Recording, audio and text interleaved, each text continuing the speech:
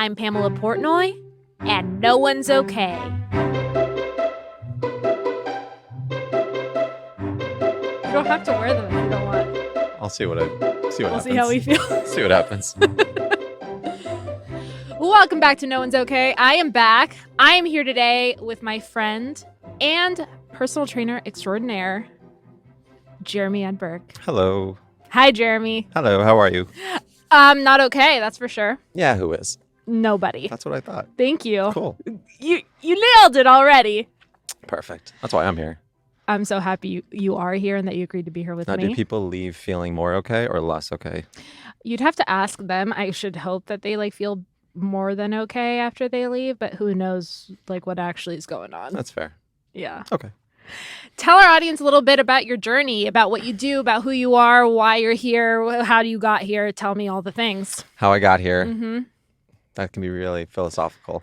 Or, no, my name is Jeremy. I'm 32. I am a personal trainer.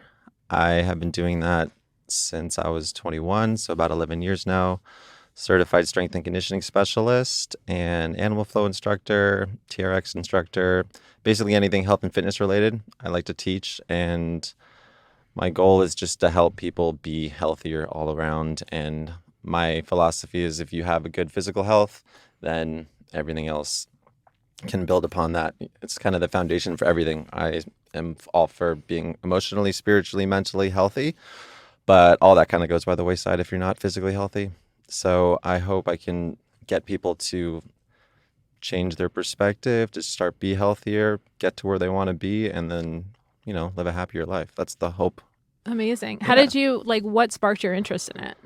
Well, I've been an athlete my whole life, so I grew up playing sports, soccer, basketball, baseball, volleyball, pretty much anything with wheels. So skateboarding, snowboarding, and I enjoyed it. And I remember I was playing soccer one time and I didn't feel very good. And so I had this pain in my stomach. I had to just go to the sidelines. And this was when I was 20, 21. And then, I just marked it whatever. I'm used to some pain. It's okay, move it on.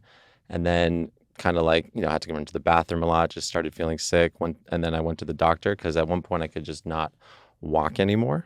And I was just crawling around in just agony. So they did a bunch of CAT scans, found nothing. And then I was okay, great. So they sent me home with some Vicodin and a big bill. And then the next day I was in so much pain again. And basically my mom at the time, she's okay, we're going back in. Something's not right. I was just running to the bathroom 20 times a day. Stomach in pain, excruciating, not knowing what's going on. And then they did a bunch more work and CAT scans and looking inside, and it turns out I had a bunch of ulcers. Mm-hmm. And so that put me in the hospital for a while, and kind of I was sick for a long time. And it was that whole journey of being sick and that whole process and coming out of that and kind of having a newfound appreciation for health that I wanted to go out and teach what I've learned and show people that being healthier can lead to all sorts of good things in your life. And I think that's what sparked my interest into doing it professionally.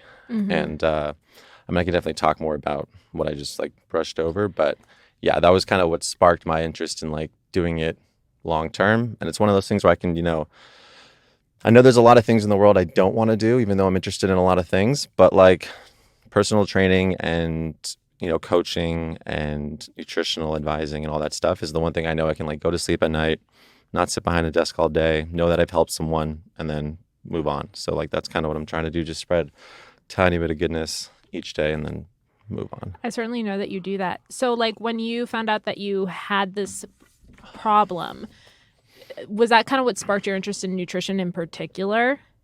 Yeah. It was, it's crazy. A lot of the things I eat and do now and food-wise, supplement-wise, is the exact opposite of all the recommendations I got from the doctors, the nurses, what I should eat, advising me on what to do. And it's kind of just a lot of my own trial and error throughout the years that I've been able to turn myself around Mm-hmm. And so, What is the condition called? so I have ulcerative colitis, which for a lot of people who don't know, it's an autoimmune condition, like similar to Crohn's disease. It just affects like the lower digestive tract, where your immune system kind of recognizes your own digestive system as foreign or this and that. It starts attacking and you develop ulcers. So I almost had to get at one point like 8 inches of my colon removed. Luckily, that didn't happen. Yeah. So, yeah. So I dealt with that for years. So I could go into it if you want.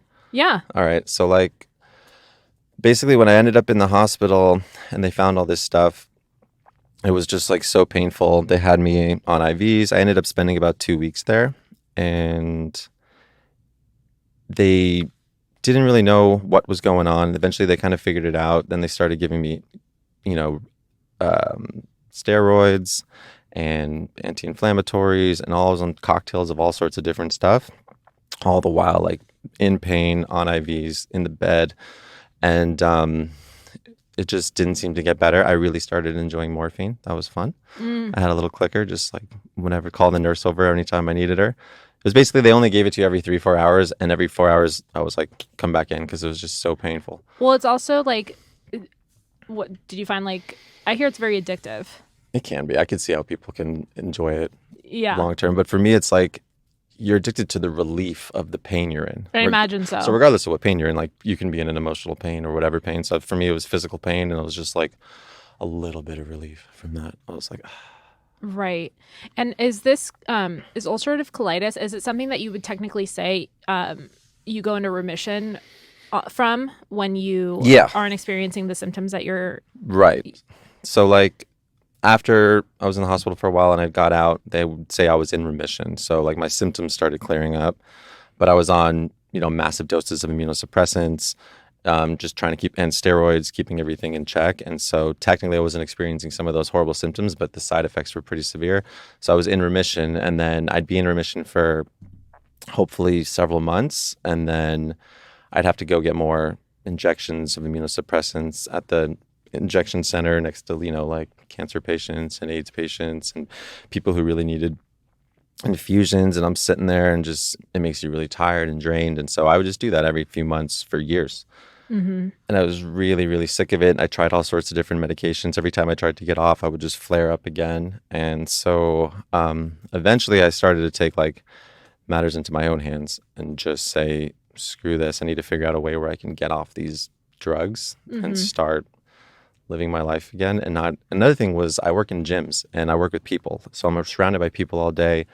I'm touching people. I'm in close proximity, sweating everywhere. So I'm exposed to a lot. So being on immunosuppressants all the time, I was just... Probably sick all the time. All the time. Yeah. Every few weeks I'd have a cold or this or that, and I would just like power through it. And there was really nothing I could do about it. I try to keep myself strong and healthy and when I can, but just this medication was kind of just draining me. So I was like, I got to figure out something. And so like I have a friend who has multiple sclerosis, and I grew up with him. He's like a neighbor. We used to like play basketball, whatever, on the yard. And he was on track to be like a professional soccer player.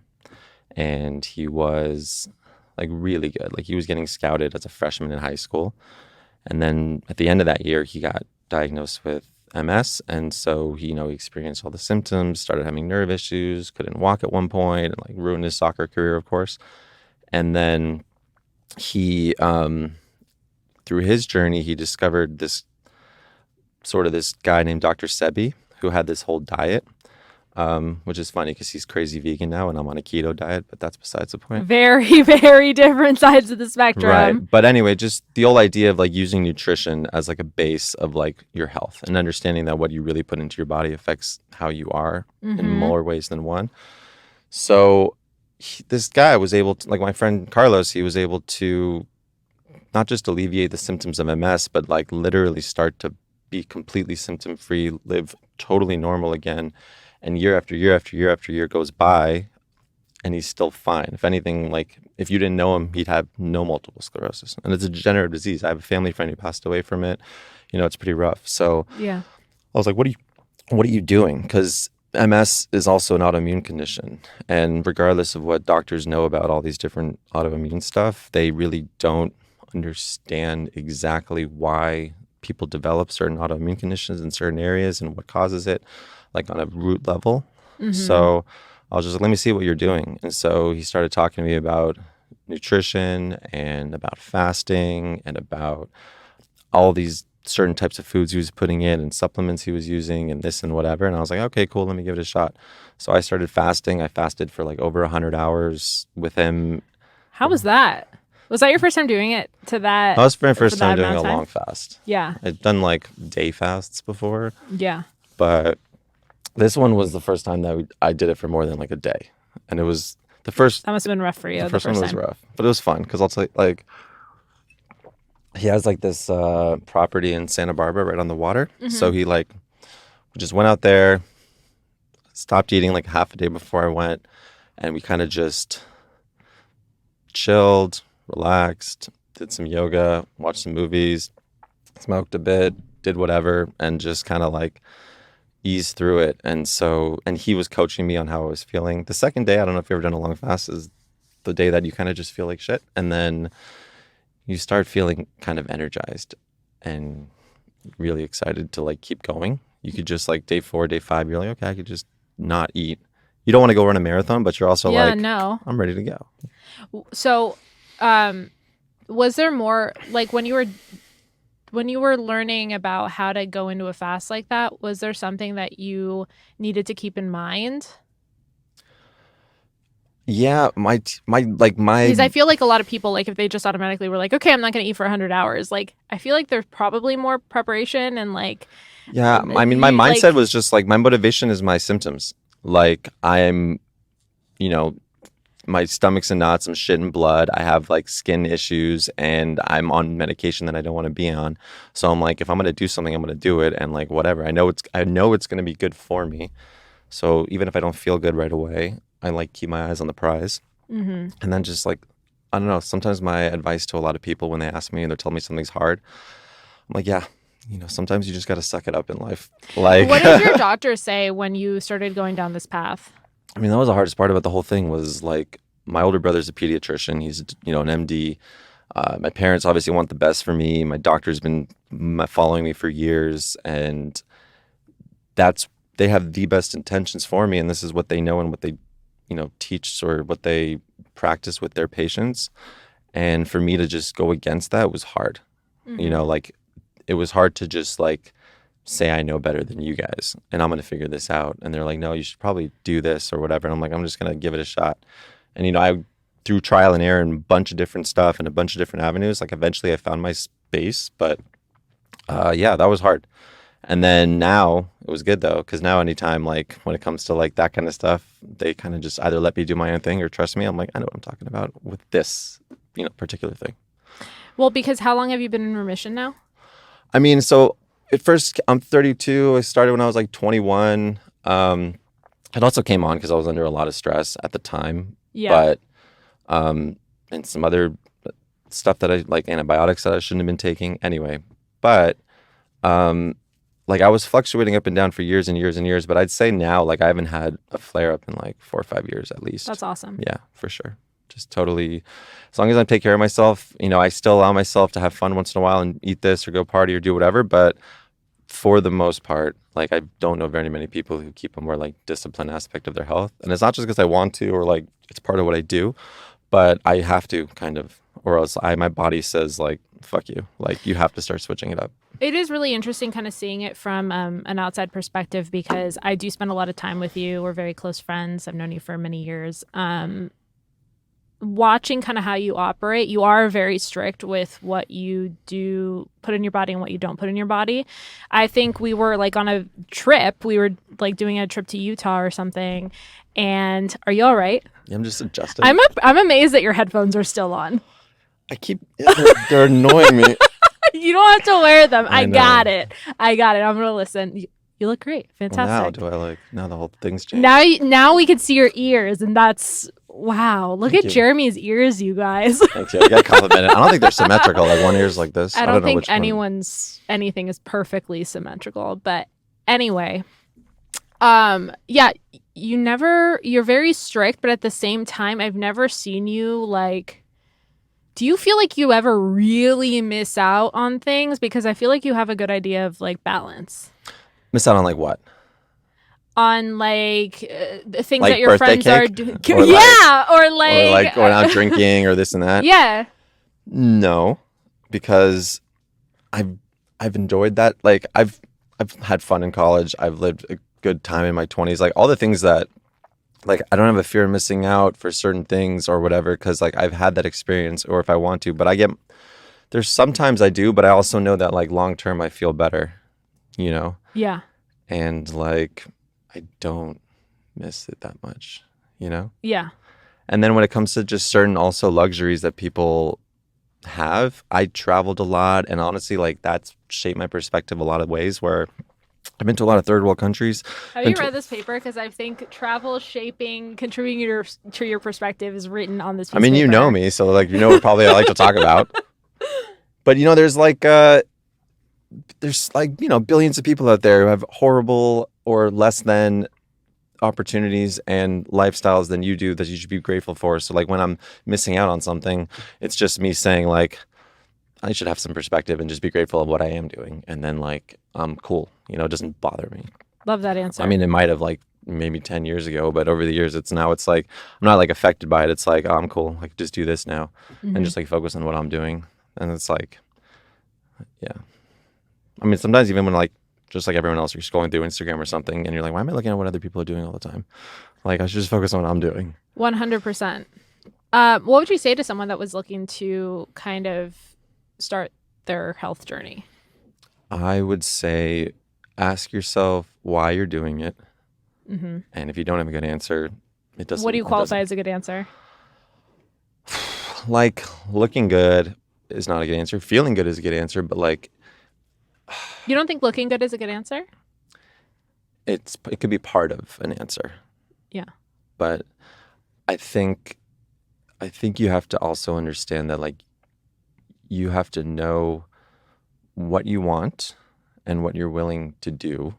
And if those things don't sync up, then you're never going to get there. So like it's great to like want something, but I will come in and tell you what it's going to take and then I'll get I don't want to do it or I'm not going to listen to you and then they'll fail and they'll come back and they'll say, okay, I'll listen to you and then we'll see what happens. Okay. I don't know. I think like people all want to feel and look and be better. And it's not as complicated as people think. I think what people getting an influx of, you know, this fitness or health or trend or commercial or movie or whatever's going on, like of health is so like all over the place. And at the end of the day, it's very simple. You know, just like have some balance in your life, move a little, eat some nutrition, like keep your relationships in a decent case and you'll be like, okay. And you don't even have to do anything a lot. You don't have to be a professional athlete or a professional whatever. Like just, you know, go on a walk once a day. You'll be a better person. There'll be less road rage, you know, like just little things. And if you do it over time, like you'll find you're better. I told you this, like what I tell to people sometimes, but it's kind of like you have a stack of yellow pages. You're welcome to use me as an example of like a very typical. Oh, now so many things are going to open up. Here we go. Perfect. But like people like when they talk to me about like fitness or meditation or something that they have this long-term goal, but like they don't feel like they're making progress. They don't feel like they can do it. I'm like, okay, if you had a stack of yellow pages on you and every day you put in work, you're only allowed to flip one page. You know, like you wouldn't notice anything. But like 6 months down the road, you'd be like, holy shit, I'm halfway through the yellow pages. So like if people can have those long-term things and, you know, life and relationships and stuff gets in the way where like they lose sight of those things. And that's where I come in also is like to help people remind them why they're doing certain things, like why they want to do and feel better and like remind them that how good they feel or what happens in their life or what they attract is based on what they put out and what they're willing to do. What would you find like is one of the most common things with people that you train or bitching? Coach? No, just also we are talking about me. No, I think the most common thing is,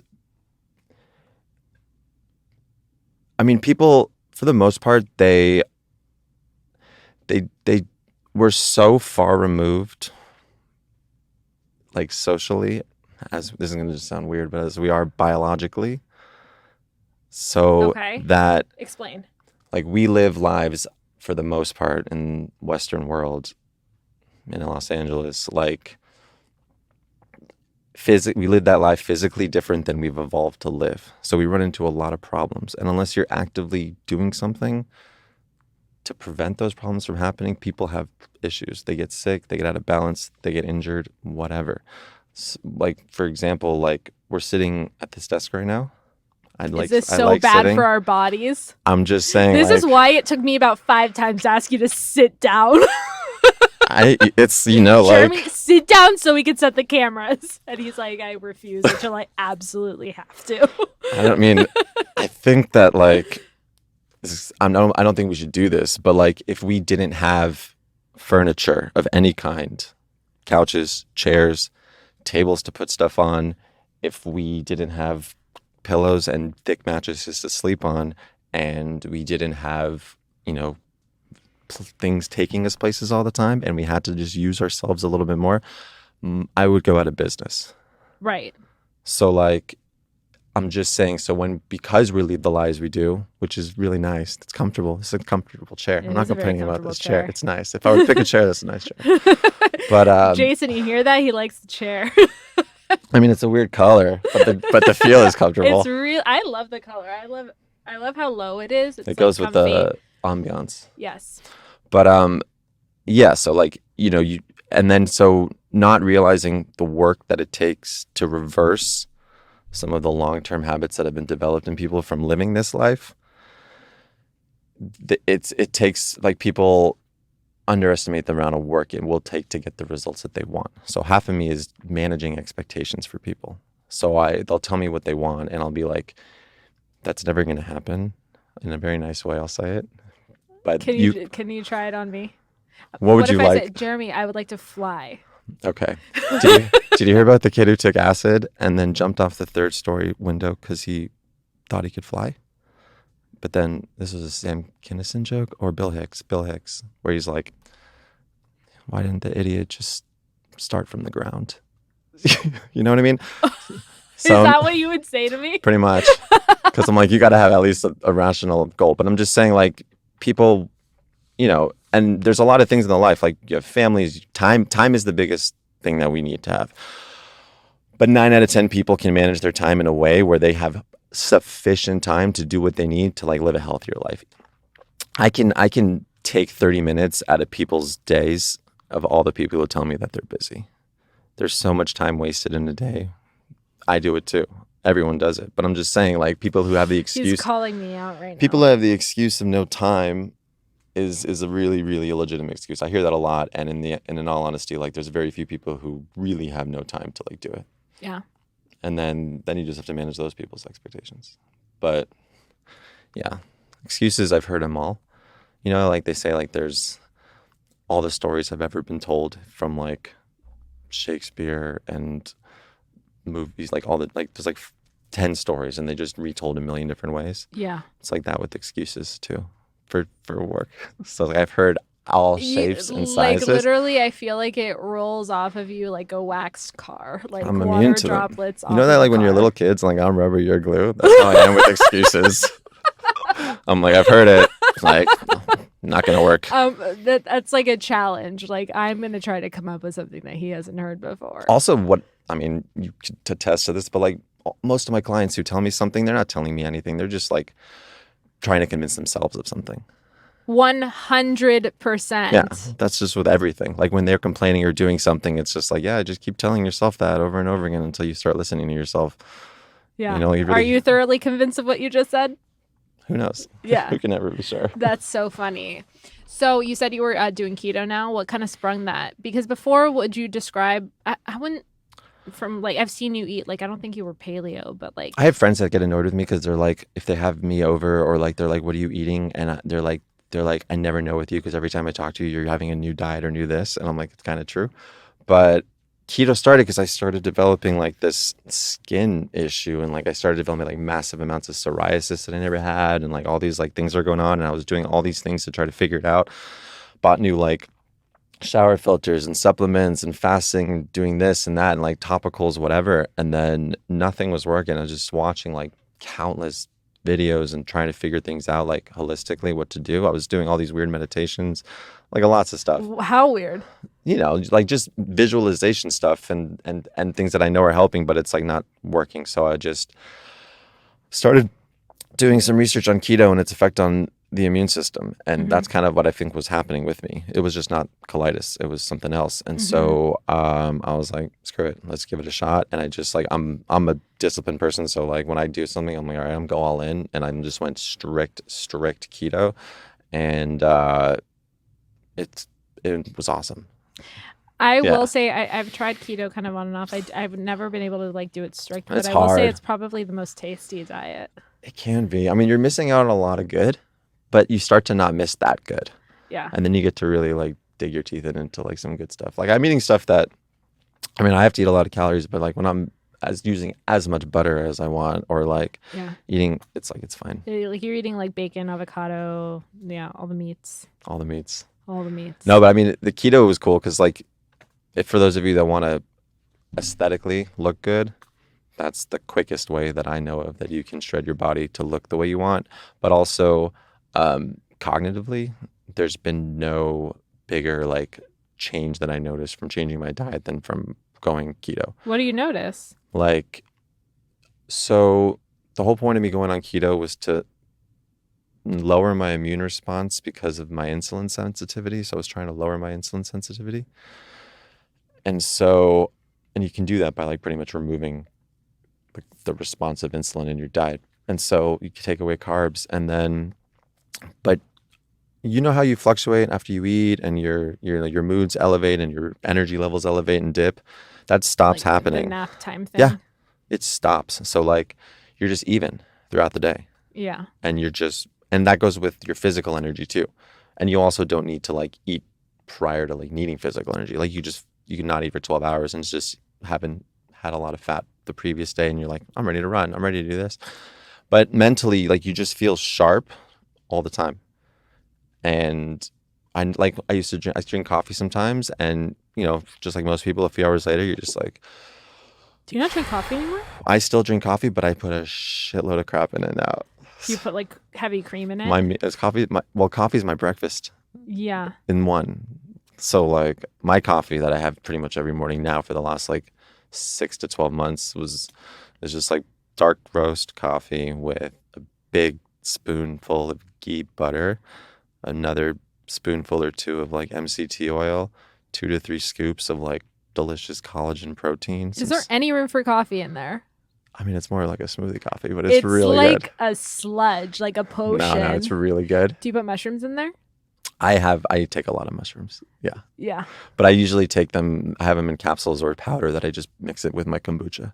What kind of mushrooms do you take? Me, I brew my own kombucha. I do know that you do that, and it's actually quite tasty. It's good. It is really good. I mean, kombucha is delicious and it's expensive. So It is expensive. I could still have the delicious part and just make it myself.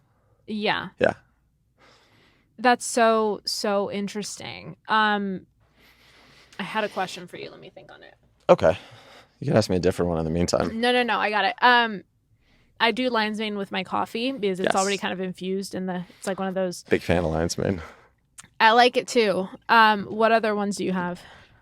I have like a blend. I have the Ohm Master blend that I use a lot. Shout out to them. We know you're listening. And hey, do you want to sponsor us? Thanks. They just put all of them in, like cordyceps, reishi, turkey tail, maitake, lion's mane, chaga, you name it. All the good ones. I was just fascinated by that documentary we saw the other day. Fantastic fungi. Or is it, I think they call it fungi, which is so interesting because I grew up saying it was fungi, and then they said fungi the entire film, and I was like, what the hell is going on? Doesn't it sound way more pretentious when you say fungi? I just think it sounds incorrect, but it's probably like obviously these experts are the ones saying it, so I'm the one that's wrong. But I say fungi because it sounds way more fun. Because the fun guy, and that's how I heard it my whole life. So like I'm gonna say fungi. It's better. Okay, yeah, I really liked it. If you guys haven't seen Fantastic Fungi on Netflix, check it out. It's fascinating. It's also beautifully shot. Yeah. time-lapse photography of those plants. Yeah. Amazing. I kind of knew, but like they're not plants, they're mushrooms. Fungi. I wasn't completely aware because they're kind of halfway between like plants and animals. They're more related to animals than plants. Yeah. Most fungi are. Fascinating. Check it out. It's really informative and interesting. You ever seen you've seen time lapses of like other nature documentaries of plants, and when they speed it up to a certain length, they behave like animals, just very slowly. Yeah. Like the way they respond to certain stimulus and the way they move and the way they crawl and this and that. They're like little animals, but they take their time. They're just like they're like patient. Thinking bodies, right? Like that whole thing about and I'm gonna butcher it and maybe you can explain it better than I can, about the fungi that ants carry into their dens, and then the ants are fucking killing each other so that it doesn't infect their whole den. Yeah. What is that? Fungi is smart. They're very smart. No, like I've known about this for plants for like a few years ago. I listened to some random podcast, maybe it was like Radio Lab or something, but like they were talking about how underground there's a massive communication system for plant life that go to almost microscopic like tubules that connect love a good opportunity to say tubules. There's like a network underground. Yes. Like an internet of stuff underground. And so like when one tree is dying, it will altruistically like give its stuff to the other friends, neighbors. Didn't they say like wherever you step in the forest or anywhere on Earth, you're stepping on spores? Like 1 million miles of spores, I think. Oh yeah. Did my light just flicker? I think so. Oh no. Okay. Is it going to be like a smoke alarm where every like minute it's going to like do something? No, I think it's just mad at me. It's mad at me. It's hanging on by a thread that you're doing great, light. Anyway, yeah, it really is interesting that it's a whole communication network in the forest, and not only the fungi but also the trees. So you're a fungi. Are you mad at that? You're a lifer now? Is it really upsetting you? No, it doesn't upset me. I'm just pointing it out. Like Michael Pollan, who I'm reading his book right now. Couldn't have a more perfect name if he's talking about fungi. Pollan. But still. And then Paul, I'm forgetting his last name right now. Paul N. No, the other man. I don't know. Like if they're saying fungi, like that's probably the right way. They got it right. I certainly don't. So you mentioned you're interested in meditation, and since I've known you, you've always seemed to be a fairly even-keel person. Fairly. I mean, you're a human being. You get upset over things, but like, what do you keep in mind to keep? It annoys me how I have some beef with you right now that we're going to talk about. Here's what annoys me about you, Jeremy. Make a list. Is that that list? What annoys what annoys me? Thing number one that annoys me about you. I won't wear headphones. That's fine. Yeah. You respect like when someone's upset, but you always seem to have like an outside, like annoyingly even keel perspective on a problem. Yeah. What Dune's coming out. I'm gonna be like a mentat. What upsets you and what gets you out of it? Here's the thing. Things are gonna like, you have to be. So with meditation, the whole idea is you could do it like sitting and like relaxing, your eyes closed. We could do it right now. So it's about awareness, and so awareness on a blanket level, but also like awareness of how are you reacting to something and figuring out why. So like things that sometimes you know why, but it still doesn't change anything. But understanding why you're upset is like a very quick way of alleviating that upset, because you'll know if it's like a good reason or not. And most reasons are not good reasons. Yeah, but that makes no difference, at least for me. I'm upset because of this thing. I got triggered by this. Right, but if you have to ask yourself, like, does being upset lead you down a path that you want to go? Or is it going to achieve anything? Are you going to get anything out of it? And if the answer is yes, then like be upset in the moment. Hopefully something will happen good. But if not, then don't. And it's easier said than... So do you think it's a complete waste to feel upset? No, I think we've evolved to have feelings of upsetness and anger and anxiety and all these things that we feel, but you have to be able to control them.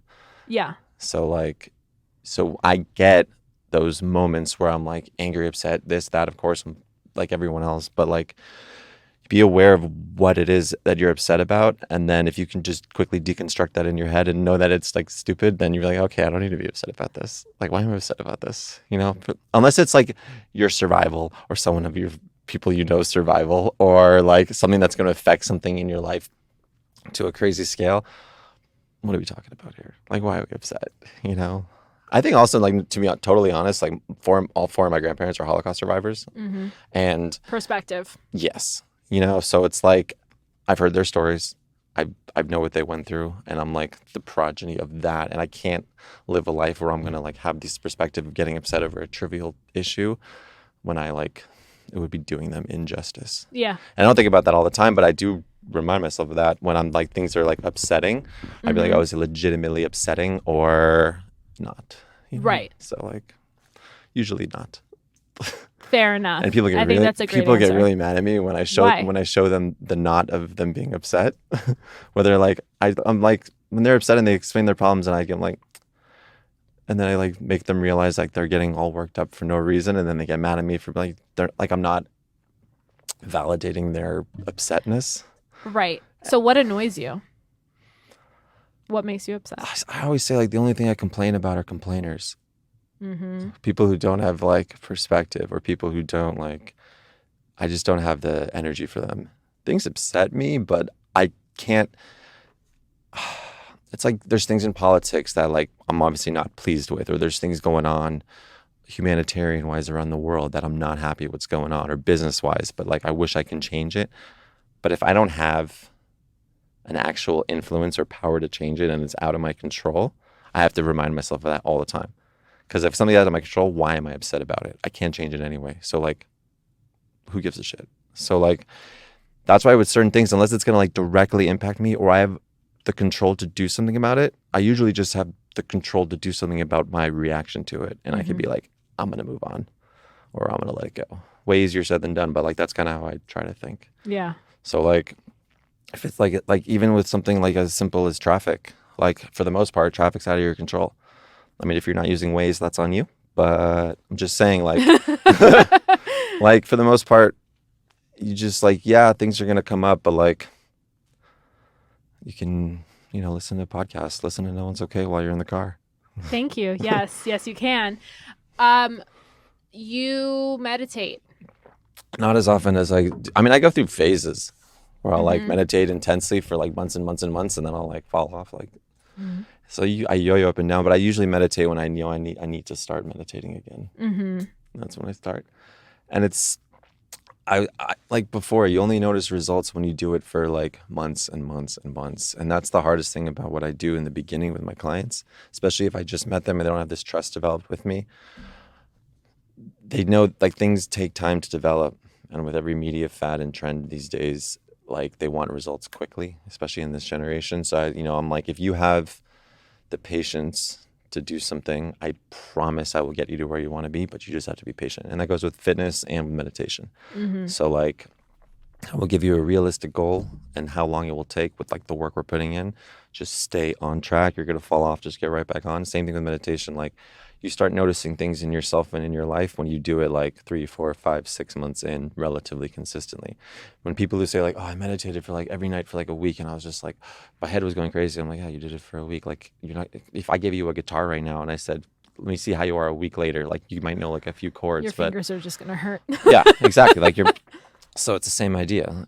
Yeah. I tell that with my clients all the time. Like I'm like, when people get annoyed about, because I like doing weird functional, like I like really helping people, and I'll do some rehab work with them and different types of exercises and different body movements that they're not used to, and they get frustrated that they can't do it. And I'm just like, listen, do you play instruments? And they're like, oh yeah, I played piano when I was little. I was like, okay, if I give you a violin and I'm like, let's go for it, like you have to practice, you have to get good. And movement is practice. You have to get good at it. You have to practice meditation. So like no one's going to be good at meditating. And the people who say they can't meditate are the people who need the most meditation. People are like, oh, I can't get out of my own head. I'm like, yeah, so start practicing. Everything's practice. Yeah. And it's just patience, like everything worth having is worth working for long term. It's just like you have to like create those like long term goals, and hopefully that like other people are going through shit too. So that's why like hearing other people's stories about stuff is like I think it's motivating, or like you feel connected with them. So like, oh, I can do it too. Or it's inspiring because you're like, oh, they really suck, I can do better. Or you're oh shit. Or it could be the opposite. We're like, oh my God, they're so good, I'll never be that good. And then you like self-talk yourself bad. But like, it doesn't matter, like like I said, it doesn't matter you can't control what other people do. So just like start worrying what would you do. For sure. I mean, sometimes you rely on other people, but you can't control what they do. I like it. So don't get angry. You mentioned that you travel a lot. I like to. You've been to a lot of places. Well, obviously not so much in the last year and a half or so. What about your traveling? Because you probably travel more than a lot of people that I know. What about that has kind of shaped your perspective, if it has in any way? I mean, you learn a lot when you travel. I think every adult at some point in their life needs to travel and do psychedelics. That should be like the two things that every adult should do at least once. That's so funny because literally I have a new section on my show called Silly Questions to Take Seriously. And one of my questions, which is never that silly, is what would you say everyone should do once in their life? Travel and psychedelics. Why? I'll just talk about travel. But like, yes. Because, okay, so it's like everything is perspective in your life. Like your life is the perspective you have on what's going on around you, how you take in your environment. You are your mood. You are. Thank you. And seeing other perspectives are important for you to shape yours. So like going to other places in the world different than the way you live. Like, I don't know, if you're living in London and you go to Sydney, the weather might be different, but and the accent slightly, but it's not, you know what I'm saying, which is nice. It's good. It's still good to travel like that, but you meet so many different people from all over the world, and you realize like how beautiful all the differences are and how stark some of the differences are, and the lifestyles and the habits and the moods and everything. But at the end of the day, after traveling, you realize like, oh, there's no differences.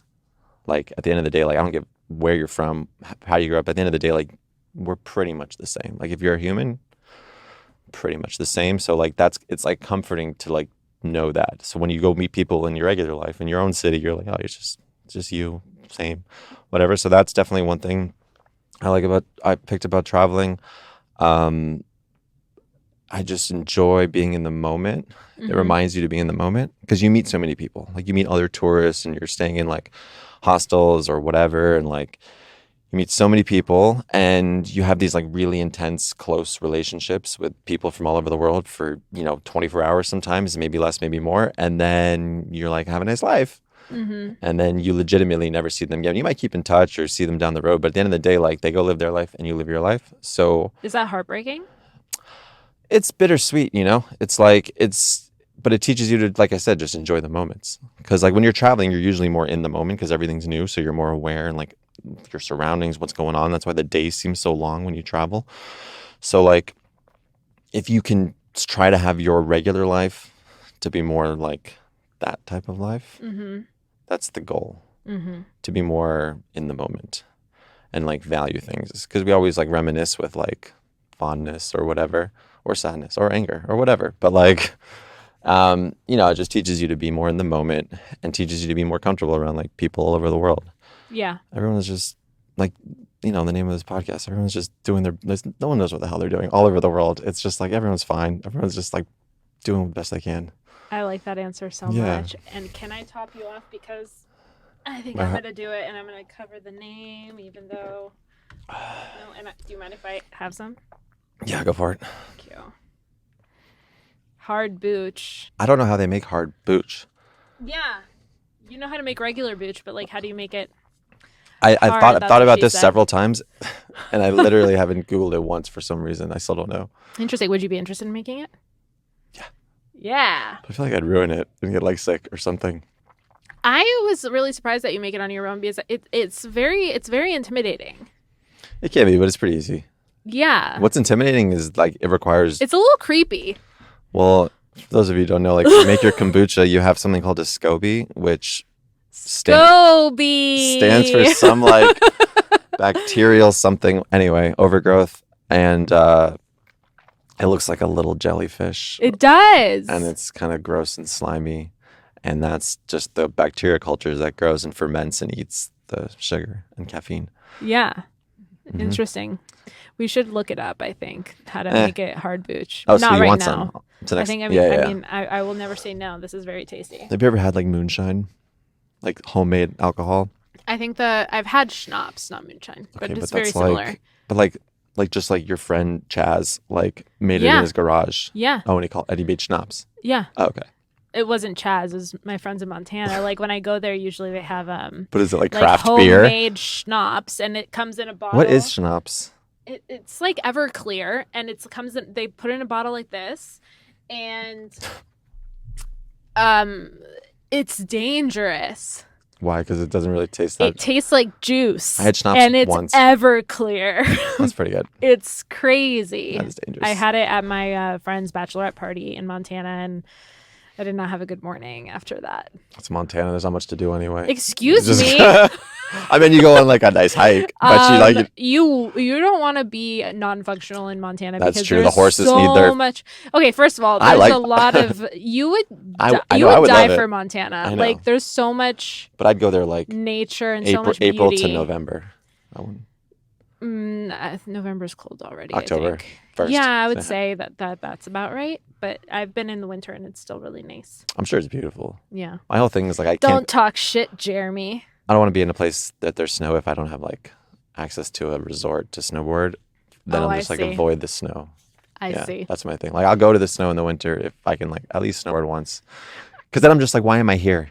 Yeah. I love it. It's beautiful, but also I can come here when it's not covered in snow. Every time I think of snow and you, I just think of like how we almost died in a blizzard in a car. Oh yeah. Towing a U-Haul with You're welcome. 2-wheel drive.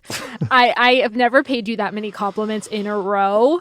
I was like, good driving. Oh my God, you're doing so good. Good job. Good job. Good job. It was intense. It was very scary. We were going like 1 mile an hour and slipping in 1 mile an hour. It was a little humiliating though, because like these giant 18-wheelers were fast and furiousing past me like on both sides, and I'm just like, don't mind us. But you couldn't even see them. I couldn't even see nothing. Like if you were in front of me right now, I'd barely be able to see you. Yeah, it was incredibly insane. It was fun though. We survived though. We made it. But you don't like those adrenaline rushes? I went skydiving. I like adrenaline. Yeah, exactly. So like a little bit's fine. I think what was scariest about it is the lack of control I had in the situation. Yeah, that's where the thing is, I know you well enough that I like I've had some sort of trust, but I was also like hovering over you, like watching, and like literally I was seeing you keeping it at 1 mile an hour, and I was like, literally I couldn't do anything different. I mean, that's the reason why it's hard, like people who get motorcycles, like I get it. Trust me, I'm like a thrill seeker. I want one more than anything, but I don't think you should get one. I probably won't. Okay. Unless I move to Montana, because then there's nothing there and you just drive around. I have a motorcycle license. I love motorcycles, but I don't want you to get one.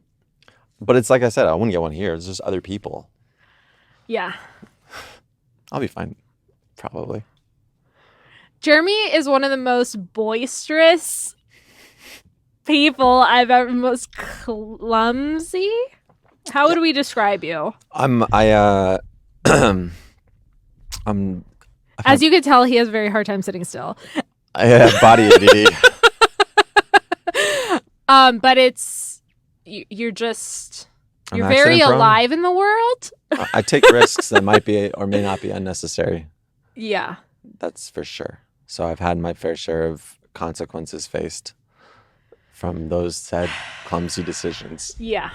Yeah. Clumsy of mind and body. Yeah. Yeah. But I think I would love it if you were more careful, because it's very stressful sometimes. That's to what be my your mom friend. Said. I imagine your mom gets a little stressed out to be your mom. At one point, she became like agnostic about me in a lot of ways. Like that, at least to my face. Like I remember one time I went mountain biking and I was like talking to her after, not even to call her to say this, but she was on the phone. She's like, "Oh, how was it?" I was like, "Oh, I think I fractured or broke my wrist. I need to go get." She's like, Yep. Okay, go get an X-ray. What do you want from me? I was like, all right, Mom, thanks. Like, because as long as it wasn't life-threatening. Was it your head again? Right. We're good. Exactly. That's honestly really what she cared about. She's like, you can walk and you didn't hit your head. Okay, whatever. Par for the course. Fine. Yeah. Exactly. Yeah, but she said that when I was a kid, I would like a human Roomba. I would just crawl until my head hit the wall and like turn around and like keep going. I think it just started early. That's literally what she told me once. Really? Yeah. She also said I slept like 18 hours a day as a kid, like for a long time where they were concerned. So who knows? Really? Yeah. When did that stop? It's probably because I needed the rest after the concussive hits from the wall. Yeah, you were just concussed all the time. Mm-hmm. Oh, shit. But in all honesty, that's a big reason why I take lion's mane and some of these mushrooms is to... That's why I want to take lion's mane for potential, because I hear it can help with Alzheimer's. Yeah, and my dementia. grandfather passed from Alzheimer's, so like, so did mine. Definitely want to like cross my T's. Yes. So like, yeah, I don't know. Beautiful. What motivates you, Jeremy?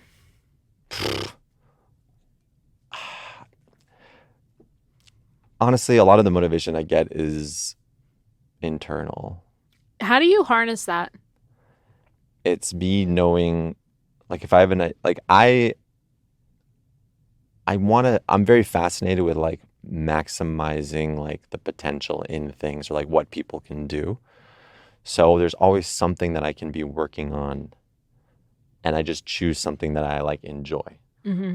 Like I'm obsessed with watching like experts in anything, like rhythmic gymnastics or darts or like. You watch many dart experts? Not really, but every once in a while they have like the highlights and like, oh, that's pretty cool. Like, but just like the best in the world at anything. Like they're fun to watch because you know like what it takes and like their mental game and like how it is to get there. So for me, like there's always something you can be doing to get better, and just choose the things to get better and that you enjoy. Like for me, it's like fitness, sometimes music, like writing, or like just getting out and traveling, being whatever, meditating, just get better at something. And like, it's pretty gratifying to like make progress in something. That's why like people should set really small goals in conjunction with their long-term goals for everything, because it's the wind at your back that's going to reach you to your long-term goals when you see results. Like results are going to be the biggest motivator. So like get yourself to like find at least a little bit of result and let that motivate you and let that motivate you. I try not to let other people motivate me or rely on that, but like you can use Which is ironic because you kind of do that as your job. Yeah, I hate like motivational speakers. I hate people like they just annoy me sometimes. I mean, listen, I agree with a lot of what they says and they're good people. It's just like not the way that I take in a lot of energy personally. So for me, like I feel like you're in the minority. I like learning, and I like learning from people who know what they're talking about. But like I forgot where I was even going. What motivates you? Yes. I like use other people as like inspiration to motivate me, but like I don't it's not like they're motivating me. I'll see something that like they're doing that I want to see in myself, or I want to accomplish. And I'm like, all right, that's going to motivate me to do that. But like, yeah, that's kind of how I am. Amazing. I think. I love it. If I had to guess, I never really, I just feel really like a lot of people are externally motivated, which is what I find interesting about you. Well, I guess like the initial spark is external, like, and then it sparks me to go like a little more introspected, and then I'll like pull out motivation or something that I want to do.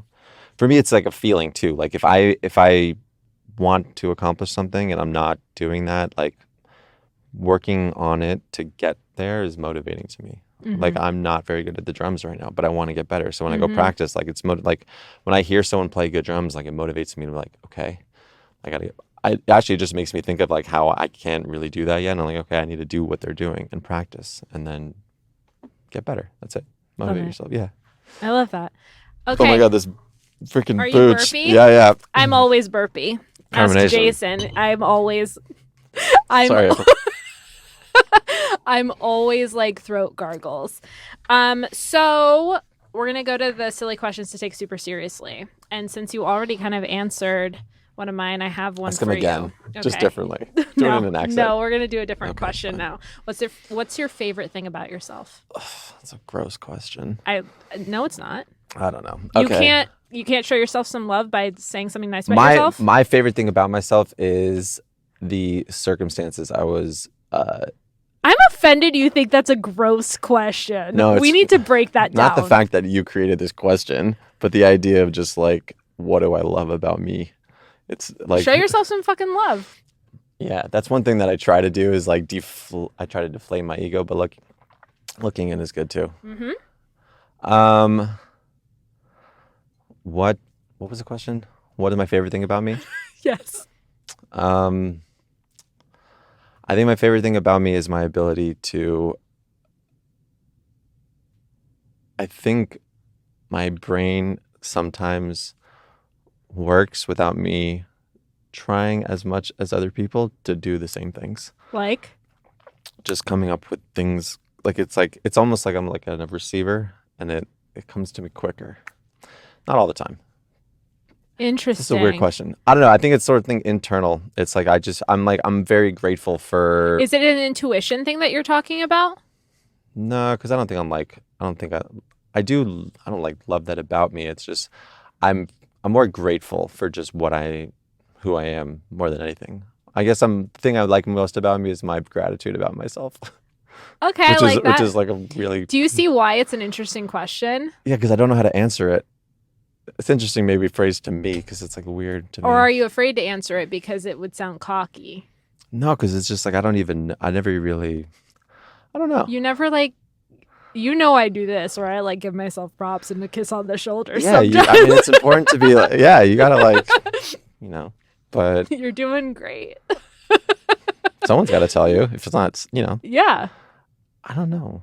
Well, we can leave it at that, but I think that's something that should percolate. There are lots of things you should like about yourself. I agree. That's what I'm saying. I like what I have. Does that make sense? Good. I like that. I'm content. If you could time travel, where would you go? Ancient Egypt. But like real ancient, like 30. Like, my whole thing with Graham Hancock and the ancient civilizations. Yes, I do. Right. So I think you should talk to Jason. He probably read that stuff. From what I understand and what I've basically gathered and assessed from the information I've learned is like a lot of these ancient sites and civilizations that might have been around prior to us were around a lot longer before than we thought.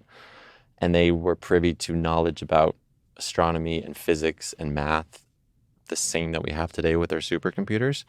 And there's evidence in it in the structures that are still left behind.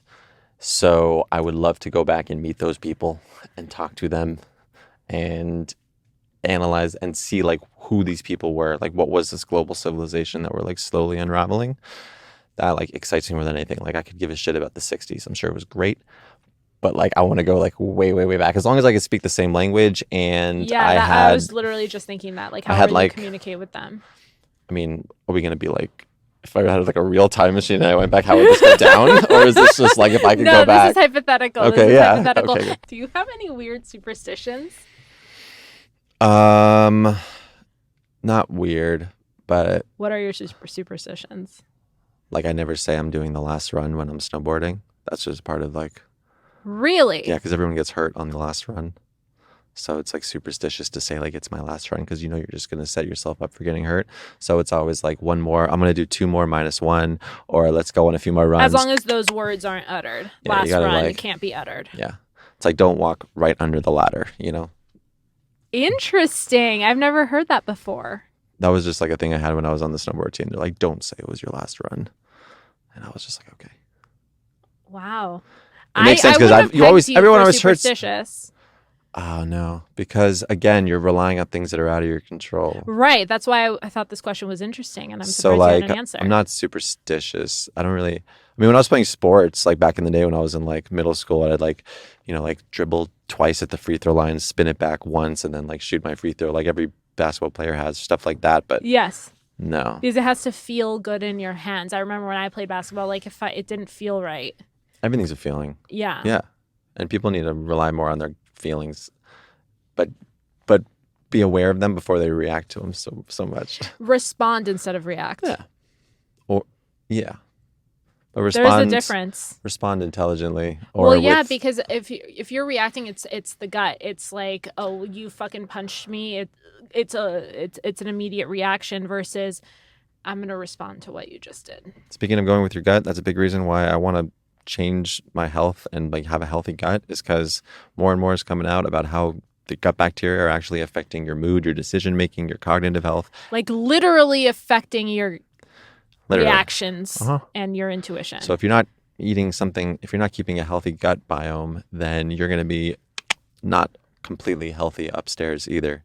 That's so interesting. So that, because I rely on my gut a lot. No joke, like that's what I'm saying. Like the physical health is the foundation of everything. It's not the most important. It's what you need to set everything else up.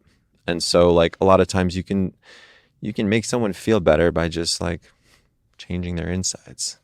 Yeah. Like it's what's on the inside that counts for health, for sure.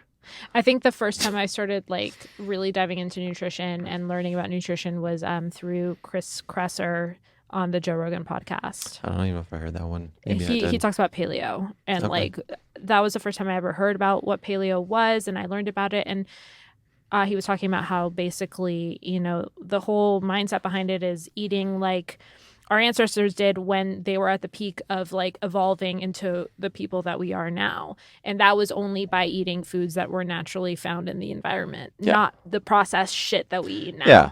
I mean, I'm of the mindset, if it's old or like they've been doing it for hundreds, if not thousands of years, I'm way more likely to be on board. Yeah. Like for most things, like if they were eating something thousands of years ago or using a certain plant as medicine or a certain exercise, you ever see those statues of those Greek people? They were yoked.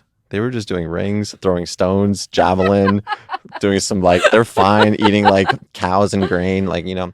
So, and same thing, that's why I'm big into like acupuncture and Reiki and things that have been around for thousands of years. Because at the end of the day, finding a balance is what's going to lead to good health. And there's a lot of ways you can do that. And the more it's been proven, like if something just came out, new medical study, I'm like, I'll be a little wary of that. Yeah. But I'll still get the vaccine. Yes. Good. We're good. Very good. I love that. Jeremy, we have a very last and important question to ask. Mm-hmm. Are you okay? No one's okay. Good answer. What's going on? Better than, worse than, what's up? Oh, then before, then when we started? Yeah, how you doing? Now I can. Are you okay? Oh, Is this painful? Are we done? No, we're talking. Oh, okay. Still. No, I'm good. Yeah? Yeah. Why? Oh, why am I good? Yeah, what's going on? I was just like, your whole energy shifted in like half a second, so now I just got confused on like what kind of questions we're trying to answer. No, I'm seriously asking you. I like to have a serious conversation about what's going on in your life. It's very difficult for me to answer broad questions. Like when say like, tell me about yourself. It's very difficult for me to answer that question. If you ask me something, I thought you answered it beautifully. I did my best. Yeah. But like, what's going on? I'm like, I don't know. I'm talking to you. Why are you better than this okay? Is good. Oh, so this was nice. You enjoyed this? Yeah. Okay. Yeah. I feel good. I feel all right. Overall, who can ever say? Mm-hmm. But I feel good. Yeah. Are you feeling hopeful? Of the future? Yeah. No? Listen, I think people think I'm like a nihilist when I say like, when I'm like, nothing really matters. But I think it's only because nothing matters that like you have the choice to like give value to anything you want in your life and make something matter and like live it. And so like anything can matter, which is way more exciting. But then don't get worked up about something negatively because it really doesn't matter. But like it could. But that's how I think of things. Perspective. Yeah. You know, like I used to get annoyed all the time when people are like, oh, you can choose to be happy. And I'm like, fuck you, like relax. Like, you know, but there's a lot of truth to that. There is a lot of truth to that. I mean, there's circumstantial things that can happen or like, you know, very tragic events that can happen in someone's life where you go through stages of negative emotion. But for the most part, you can choose how you want to behave and how you want to like look at the world. And just take a look, like goes back to traveling. You see the level of joy on some of these people's faces or families or whomever living all types of different lives. And you're like, you can find joy and happiness in anything. So while you might think nothing's okay, at the end of the day, like everything is probably okay. More than okay. Yeah, more than okay. Do you know where okay came from, by the way? No! Really? Tell me. Like the word. Oh God, I'm gonna have to change the show name after you say this, aren't I? No, I don't even remember which president it was. I but think there was, you mentioned it to me once and I completely forgot. It's some Ivy League school. They had like a bougie fraternity type thing, and like they were called the okay. Like one of those like Skull and Bones clubs. And there was some president, and if you were in it, you were okay, and then it meant you were like something along those lines. That's the general backstory. Obviously, there's probably people who actually know what it's from, but it's that's where it came from. Like some president of the United States, fanboy fraternities, college club, Yale. I think it was Yale. Yeah. Something that was like one of those Brown, Yale, Harvard schools that all the presidents went to. So I'm just like directly challenging their admission. But it was like cool. Like if you weren't okay, then you weren't part of the group. So I'm an outsider. I'm edgy. Yeah, you weren't part of that. You didn't get a bid to join the fraternity. You know what? I'll get over it. Probably you'll be all right. Jeremy, where can our listeners follow you? You can follow me on Instagram at @JEdbergFitness. Mm-hmm. And he's great to follow, you guys. He provides a lot of fitness content. And what's the second one? Do you have a second one? My second one is I forgot to give a shout out to my sister Amy and our dog Libby. So she told me to do that. Amy and Libby. What was that? What were you gonna ask? Your second Instagram. Oh yeah, I also take photos just for fun. He takes great photos. J Edberg. My last name is Edberg, so J Edberg Photography. Not the most clever of names, but they stuck. Well, the thing is, you want to see your fitness stuff or your photography stuff, take your pick. But I was listening to like a podcast with Steve-O, and he was saying how like there's reasons why you remember certain names of the cast and certain other ones, and like the name itself is, and like the reason I went by Steve-O and not Steve is because it's weird and people remember it, and now everyone knows Steve-O. Interesting. And so he's like, the reason why not a lot of people remember. So why aren't you like Fweg Fitness? Exactly. But I feel like it's been since I started the account a couple of years ago, like I can't change it. It would just confuse people. So I just left it. But in hindsight, I would go back and change it to a goofy name for sure. Like Fweg Fitness, something like that. Yeah. Especially because I think it's funny to like tell inside jokes to a massive audience who have no idea what's going on. It makes me laugh. Like if I'm in a group of people and I say something that will make one person laugh, I'll still go out ahead and say it. It was so funny. I made you watch Schitt's Creek, which you did, and I was so happy that you did. But one of my favorite moments is when he makes these coasters for Rosebud Motel. Oh, yeah. And she's like, I'm sure. And they're like, follow us on tweeters. And she's like, I'm sure you're going to get lots of disciples, dear. Lots of disciples. So what would you call your disciples? I just call them, I don't know. It's weird. I have a hard time. I don't want to call them anything. I don't like categorizing Fraggies? Things. Yeah, I guess. I don't know. I think everyone has an opportunity to like learn in the same boat and get something of value out of something, even if you can't. Like a lot of the content I post on my page is just like me doing what I like to do for fitness wise. It's not necessarily coaching or teaching a lot, but I just want to show the like the work and like it takes and some of the stuff that I do to like get to where I want and what I do, and preach the message of like put in the time, put in the work, find what you're passionate about. For me, big passion is fitness. So if find what you're passionate about and like attack it. I love that. Yeah. On that note, we will see you guys next time. Bye. Bye. Cool. This podcast was produced by Jason Crow and me, Pamela Portnoy, with music by Jordan Ross Weinhold. You can follow the show on Instagram and Facebook at No One's Okay, and please don't forget to subscribe and leave a review. We love kind reviews. No One's Okay is also on YouTube, so if you want to see our faces, please subscribe to our channel. An extra special thank you goes out to Sean Moore, Claire Palmer, Jackson Palmer, Tiffany Haymoff, and Alexa Marie Anderson. This podcast was recorded at Soundworks Studios. Thank you so much for listening. See you next time.